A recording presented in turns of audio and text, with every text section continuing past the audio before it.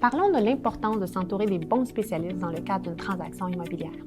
Dans certains cas, on a des transactions qui peuvent s'avérer un petit peu plus compliquées. Par exemple, la mise en vente ou l'achat d'une nouvelle maison, ou plutôt d'une ancienne maison qui a un petit peu d'âge, si vous voulez, certaines composantes sont peut-être un peu moins neuves.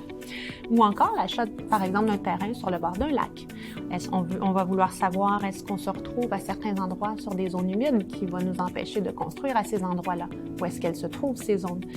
Combien de propriétés, combien de maisons, en fait, sur la propriété on va pouvoir construire en fonction du zonage? Et comment on peut des fois contourner un petit peu les règles strictes qui ont été établies par la municipalité, ou du moins les premières réponses qu'on obtient quand on contacte les fameuses municipalités.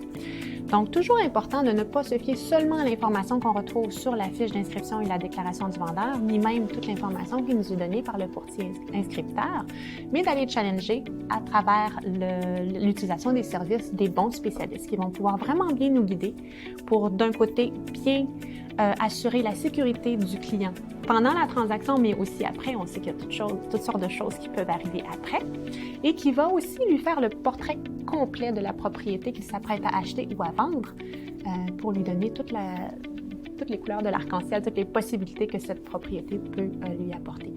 Alors, bien important, on choisit le bon courtier qui va pouvoir nous référer justement au bon réseau de spécialistes.